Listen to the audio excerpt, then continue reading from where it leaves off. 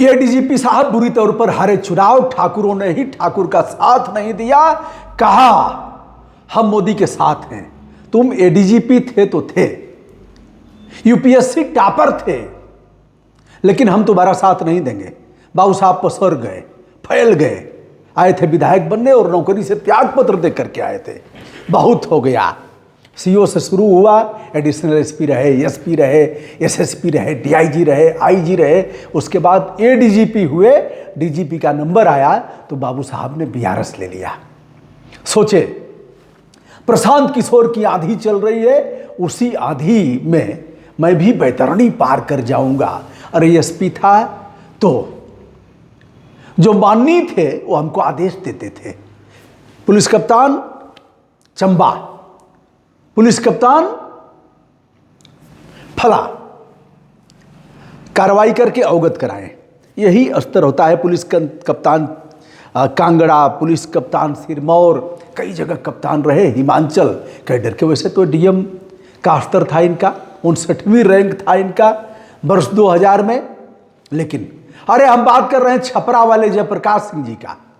वही उन्होंने कहा एक जेपी पैदा हुए, जयप्रकाश नारायण, और मेरे परिवार के लोगों ने भी हमारा नाम जयप्रकाश रखा। जो कर्ज है छपरा का उसे उतारूंगा। जी हाँ, वही खेसारी लाल यादव की सीट से बाबू साहब बुरी तौर पर हारे। बाबू साहब को लग रहा था 50-60 हज़ार तो हमारी बिरादरी का वोट है। मैंने उनको बताया भी कि किसी तरह से गिर पर करके लीजिए, यह वोट आपका नहीं है। जयप्रकाश सिंह जी लगे पहले अंग्रेजी बोलने, हमने कहा पहले हिंदी बोलिए, हम लोग सभा विधानसभा सब लड़े हैं और मन कर रहा है कि आपको थोड़ी बताएं हम ऐसी बातें। कहा नहीं नहीं, हम सर्व समाज के हैं, सारे समाज के लोग वोट दे रहे हैं। हमें जान रहा था कि यह आईपीएस अधिकारी समझ नहीं पा रहा है। बड़े बड़े आईएएस आईपीएस आए, जानते हैं क्या होता है? मैं उन पर और भी आगे कुछ बता रहा हूँ। उनका मैं हितैषी हूँ, विरोधी नहीं हूँ, लेकिन मैं जानता हूँ। जैसे मान लीजिए कहीं डीएम है, किसी समारोह में जा रहे हैं, थाना वहाँ आगे से पुलिस की गाड़ी उनको रिसीव करेगी, ले जाएगी, सैल्यूट होगा, सर चढ़ेंगे, जय जयकार होगा और फिर स्वागत गीत गाए जाएंगे, बड़े बड़े गजरा पहनाए जाएंगे। जब डीएम साहब भाषण करेंगे तालियों की गड़गड़ाहट से उनके भाषण का स्वागत होगा। तो डीएम साहब जानते हैं ना कि ये सब जितने ताली बजा रहे हैं सब हमारे हैं और मैं जो चाहूँगा वह करा दूंगा। यही आईएएस आईपीएस ये लोग फेल हो जाते हैं। वह नहीं जानते कि यह तो सबकी ताली बजाएंगे। उनको इस बात का नहीं पता कि जब तक हम पद में हैं, पद पर हैं, तभी तक ताली बजेगी। जैसे ही हटेंगे ना, वैसे ही कोई पूछने वाला नहीं है। एक डीजीपी साहब हैं, हमारे एक मित्र बता रहे थे कि हमने कहा साहब हम भी आप ही के समाज के हैं, थोड़ा कर दीजिए, पैरवी कर दीजिए। डीजीपी रहे हैं, यूपी के डीजीपी रहे हैं। उन्होंने कहा देखो सच बात तो ये है कि अब हमारी बातें होमगार्ड भी नहीं सुनेगा। अच्छा बताओ कौन कौन लोग वहाँ हैं?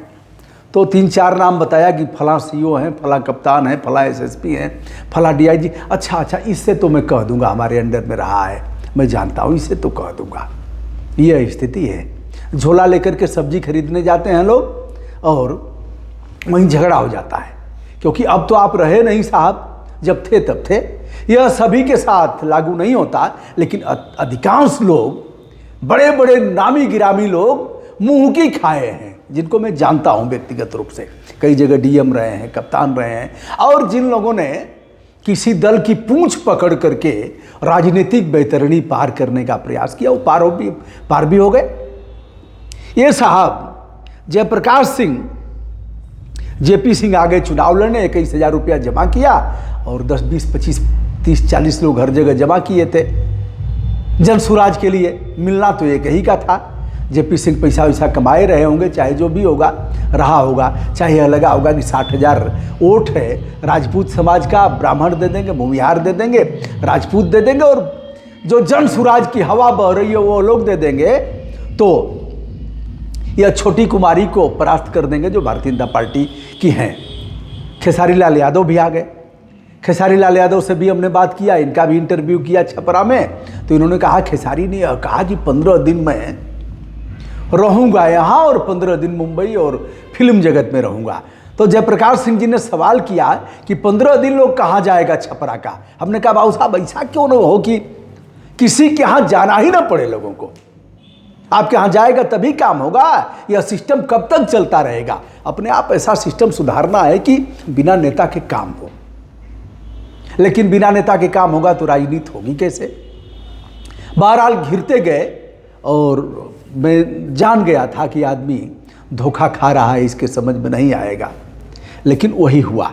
अब वहाँ जैसा कि देखा जा रहा है, बनिया, ब्राह्मण, राजपूत, भूमिहार, यह लोग मत नहीं दिए जयप्रकाश सिंह को और सब मत चढ़ गए छोटी कुमारी पर।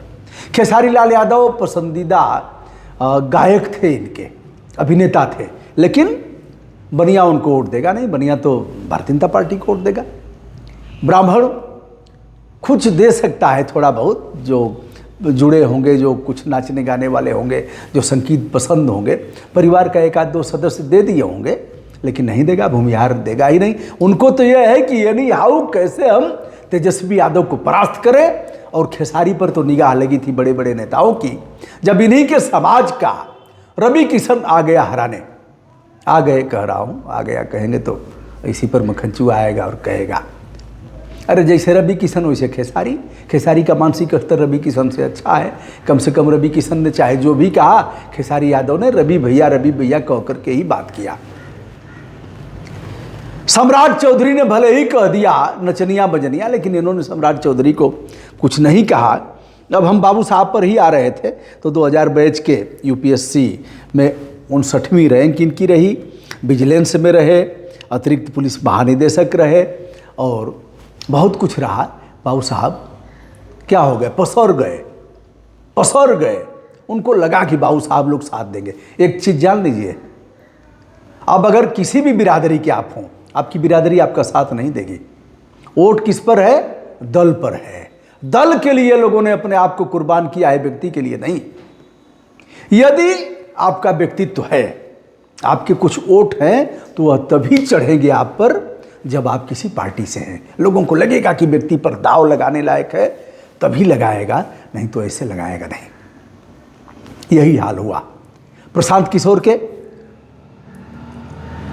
सैकड़ों प्रत्याशियों की जमानत जब्त हो गई। दूसरे नंबर पर भी मुझे नहीं लग रहा है कि कोई प्रत्याशी रहा होगा। तमाम आईएएस आईपीएस जो मन बनाते हैं, चुलबुलाते रहते हैं राजनीति के लिए, क्योंकि हमेशा तो आदेश का पालन किए हैं ना।